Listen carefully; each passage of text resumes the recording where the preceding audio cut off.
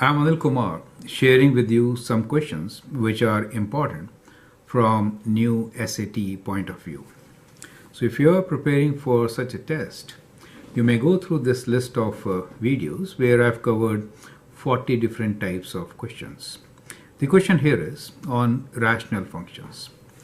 Determine restrictions of the function f of x equals to x minus 5 divided by x minus 2 whole square plus 7 times x minus 2 plus 6.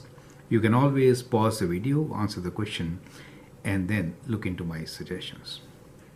Now when we say restrictions, then on a rational function, restrictions are that denominator cannot be 0, right? So that leads to restrictions. So let's understand.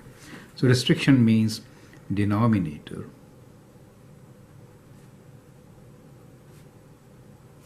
should not be equal to 0. That is the restriction. Since you cannot define by 0, the function becomes undefined at that value. So sometimes we'll say, when is the function undefined? So that is undefined function.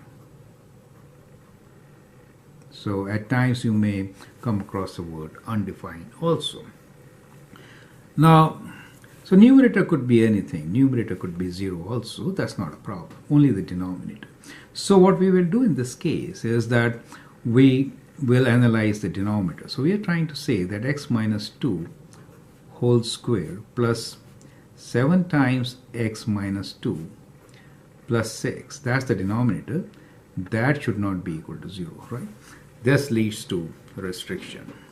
Now once you have understood this, it is kind of simpler because the quadratic equation, you can factor this equation and find restriction. Now one way to factor is, or we can substitute something for x minus 2. So what I will do here is, to make it simpler, we'll let us say x minus 2 as equal to p.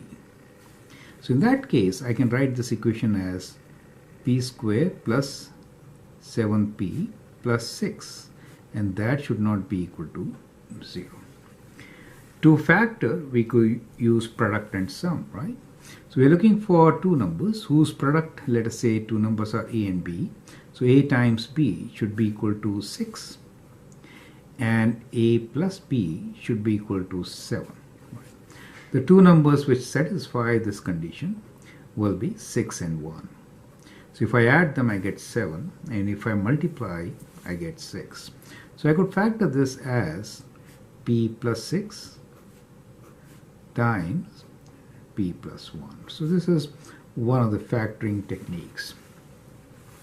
Now this clearly shows that this to be 0, we are saying that p, if p is minus 6, then it will be 0. So we can say p is not equal to minus 6. Is it okay? And here we say p is not equal to minus 1. So this is kind of restrictions on p, and p is x minus 2. So we'll replace p by x minus 2. So we get x minus 2 should not be equal to minus 6.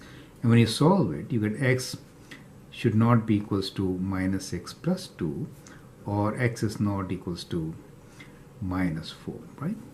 If you solve the other equation, which is p equals to minus 7, you get another solution, which is x minus 2 should not be equal to minus 1, or x should not be equal to minus 1 plus 2, or x should not be equal to 1, right? So we have two restrictions on this. Now we can write down our answer, which is restrictions are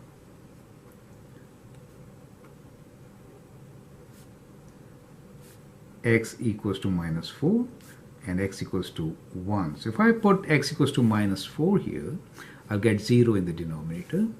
And if I put x equals to 1, then also I'll get 0 in the denominator. These two are the restrictions. Now this is an important question from the point of view that at times you may have to show complete solutions, especially in the new format for SAT. I'm Anil Kumar, and I hope this is helpful for you. You can always share your questions and my videos. Thank you and all the best.